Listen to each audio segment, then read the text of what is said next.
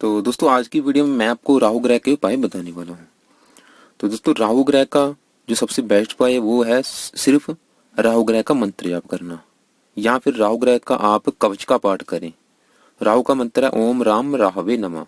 तो दोस्तों आप इसकी जो संख्या है 19,000 है, आप इसे कंप्लीट कर सकते हैं।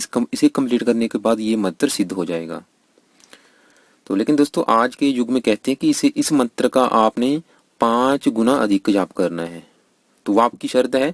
लेकिन दोस्तों अगर आपके ऊपर राहु की महादशा चल रही है, अंतर्दशा चल रही है, तो आप इसका मंत्र जाप निरंतर करते रहें जब तक इसकी महादशा है आपके ऊपर। दूसरी बात, अगर आपकी कुंडली में काल सर्प दोष है तो आप राहु केतु का मंत्र जाप अपनी सारी उम्र करते रहें, क्योंकि उसका असर सारी उम्र आपके ऊपर रहता है। तो आप राहु केतु का शाम के समय मंत्र जाप करें अगर आपकी कुंडली में काल सर्प दोष है। तीसरी बात, अगर आपकी कुंडली में राहु बिल्कुल खराब अवस्था में बैठा है तब भी आप इसका मंत्र जाप निरंतर करते रहें और इसकी वस्तुओं का दान करें। दूसरा, आप क्योंकि राहु केतु शनि की ही परछाई है तो आप शनिदेव के मंत्र जाएं, हनुमान जी के मंत्र जाएं, माता दुर्गा जी के मंत्र जाएं, सरस्वती के मंत्र जाते रहें, इनकी पूजा उपासना करें, इनके मंत्र जाते रहें। तीसरे नंबर पे दोस्तों आप महामृत्युंजय मंत्र का भी जाप कर सकती हैं, ये भी बेस्ट उपाय है। चौथे नंबर पे आप शिवलिंग पर जल चढ़ाएं। और 5वें नंबर पे आप अपने कर्म अच्छे रखें। आप गरीब, लंगड़े, बेसहारा, अपाहिज, नाथ, इन सब व्यक्तियों की किसी न किसी प्रकार से सहायता करते रहें।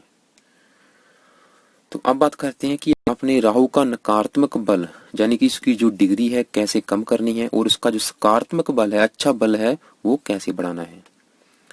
तो दोस्तों ये है कि आप काली चींटियों को शनिवार के दिन सतनाजा डालें या फिर आटा डालें, या फिर आप पंछियों को सतनाजा या बाजरा डालें। दूसरे नंबर पे आप भिखारियों को, कोड़ियों को, गरीब, अनाथ, लंगड़े, अपाहिज, बेसहारा, इनको भोजन कराए जाए, दूसरे किसी न किसी प्रकार से इनकी मदद करें। तीसरे नंबर पे आप मछलियों को आटे की गोलियां बनाकर खिलाएं। तो दोस्तों अगर आपने इसका रत्न, राहु का जो रत्न है गोमित आपने पहन रखा है तो वो आप प्लीज ना पहने। अगर आपने इसका बल बढ़ाना है तो वो सिर्फ मंत्रों के द्वारा ही बढ़ाएं।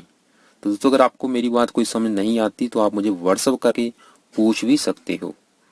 तो इसके अलावा दोस्तों आपने क्या क्या सावधानी बरतनी है, आपने जुए, तंबाकू, सूखे नशे, ब्याज, रिश्वत, दलाली, इसके अलावा ठगी, इन सब से दूर रहना है। झाड़ू को पैर ना मारें। इसके अलावा जो भोजन है वो रसोई में बैठकर ही करें। इसके अलावा सप्ताह में यानी कि हफ्ते में एक बार आप मौन व्रत जरूर रखें। प्रतिदिन दौड़ लगाएं। नीले वस्त्र कम मात्रा में पहने। तो इसके अलावा दोस्तों राहु ग्रह के ऊपर मैंने पहले से ही काफी 5-6 वीडियो बना रखी है, आप उन वीडियो को भी जरूर देखें। तो आपको ये चार्ट के माध्यम से पता चल जाएगा कि कोई भी ग्रह कितनी डिग्री में कितने % फल देता है। पहले तो दोस्तों कोई भी ग्रह जो होता है वो 0 डिग्री से लेके 30 डिग्री तक होता है, यानी कि 1 2 3, यानी कि 0 से लेके 30 डिग्री तक होता है। जो भी ग्रह 0 डिग्री का होगा कुंडली में, अगर 0 डिग्री का बैठा है या फिर 30 डिग्री का बैठा है तो वो मृत अवस्था में होता है, यानी कि वो कोई भी अगर अच्छे फल देगा तब भी बिल्कुल कम मात्रा में देगा, चाहे खराब फल जैसी मर्जी फल देगा, चाहे अच्छे चाहे बुरे, बिल्कुल कम मात्रा में देगा, यानी कि वो 0 से 5% तक फल देगा। ऐसी अगर कोई कुंडली में ग्रह 1 डिग्री, 2 डिग्री या 3 डिग्री का बैठा है तो उसे हम कहते हैं बाल अवस्था, यानी कि वो बच्चा ग्रह होता है। तो वो भी उसके भी फलों में कमी आती है, यानी कि वो 20% से लेके 30% तक फल देता है, चाहे अच्छे दे चाहे बुरे दे। ऐसी अगर कोई ग्रह 27 डिग्री, 28 डिग्री या 29 डिग्री का बैठा है कुंडली में तो उसे हम कहेंगे वो वृद्ध अवस्था में बैठा है, यानी कि बुजुर्ग अवस्था में बैठा है। उसके भी चाहे अच्छे फल है चाहे बुरे फल है उनमें कमी आ जाएगी, जैसे कि 20% से लेके वो भी 30% तक फल देगा। अगर कोई कुंडली में 4 डिग्री से लेके 9 डिग्री तक ग्रह बैठा है तो वो 30% से लेके 60% तक अपने फल देता है। अगर कोई ग्रह 21 डिग्री से लेके 26 डिग्री तक बैठा है तो वो भी 30% से लेके 60% तक फल देगा। ऐसी अगर कोई कुंडली में ग्रह 10 डिग्री से लेके 20 डिग्री के अंदर अंदर बैठे, यानी कि उसकी डिग्री 10 है, 11, 12 से लेके 20 डिग्री तक है, तो वो पूरा जुगा अवस्था में होता है। यानी कि उसके जो फल होंगे वो 70% से लेके 100% तक होंगे। बल्कि कोई भी ग्रह अगर 12 डिग्री से लेके 18 डिग्री तक बैठा, यानी कि उसकी डिग्री अगर 12, 13, 14, 15, 16, 17 या फिर 18 है, तो वो पूरा बलवान होता है, वो 100% फल देता है। ऐसे दोस्तों अगर कोई कुंडली में ग्रह अस्त अवस्था में बैठा है तो वो बलहीन अवस्था में होता है, उसकी डिग्री बिल्कुल कम हो जाती है, वो भी आपके जो भी अच्छे फल देगा चाहे बुरे देगा, वो भी सिर्फ 0 से 5% तक फल दे पाएगा। तो दोस्तों इस चार्ट के माध्यम से आपको पता चल चुका है कि कोई भी ग्रह कितने % आपको फल देगा। अगर कोई ग्रह 10 डिग्री से लेकर 20 डिग्री का बैठे तो वो पूरा बलवान होता है।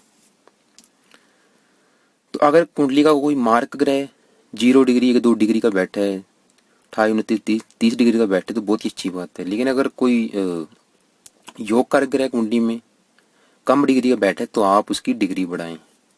तो डिग्री कैसे बढ़ानी है? तो दोस्तों अगर आपने किसी ग्रह की डिग्री बढ़ानी, मान लो राहु बैठा आपका 11 डिग्री का, तो वहां पे अगर वो नीच राशि शत्रु राशि कुंडली का मार्क है तो वहां पे हम उसकी डिग्री करेंगे माइनस करने के लिए हम उसका करेंगे दान के माध्यम से उसकी जो 11 डिग्री है वो चली जाएगी 0 के ऊपर। यानी कि वो आपको जो भी खराब फल देगा वो बिल्कुल कम मात्रा में दे पाएगा। जैसे कि मैंने पहले बता चुका, 0 डिग्री वाला ग्रह या 30 डिग्री वाला सिर्फ 5% तक ही फल देता है। तो अगर राहु आपको खराब फल देगा बिल्कुल कम मात्रा में देगा। ऐसी अगर कोई ग्रह आपका मान लो बुध ग्रह अस्त बैठा है, क्योंकि बुध ज्यादातर अस्त बैठता है कुंडली में, तो बुध अगर मान लो 1 डिग्री का बैठा है लेकिन बैठा है योग कारक, कुंडली का योग कारक अच्छे घर में बैठा है, उच्च राशि में बैठा है, मित्र राशि में बैठा है, तो यहाँ पे आपने उसका दान नहीं करना, बल्कि उसकी जो डिग्री है वो बढ़ानी है, उसे प्लस करना है। डिग्री बढ़ाने के लिए प्लस करके उसकी हम डिग्री करेंगे 15। तो उसके लिए हम उसका रत्न दान करते हैं। तो दोस्तों